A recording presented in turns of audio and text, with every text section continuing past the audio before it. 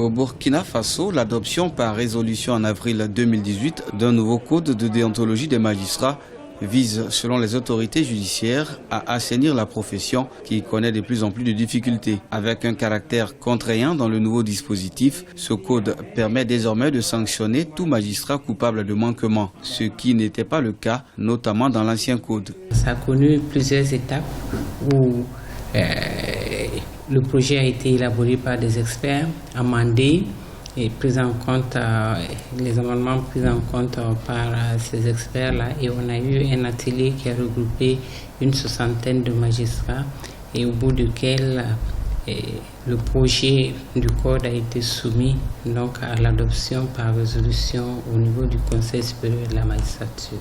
Un instrument au service de l'indépendance de la justice selon les associations de magistrats et une nette évolution saluée par l'opinion qui souhaite vivement que ces derniers s'en approprient.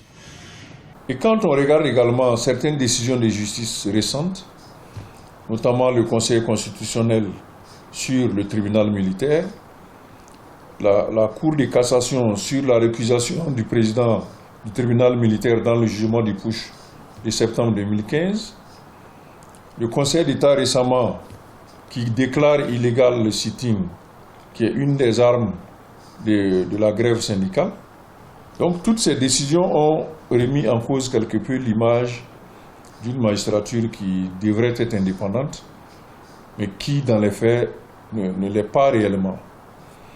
Donc la révision du code de déontologie de la magistrature est un moyen supplémentaire de tenter d'obtenir cette indépendance de la magistrature. 37 magistrats, selon des révélations récentes, avaient été épinglés dans des dossiers de corruption. L'avènement de ce code, qui prend également en compte de nouvelles infractions intégrant les réseaux sociaux, permettra véritablement une meilleure efficacité de la profession.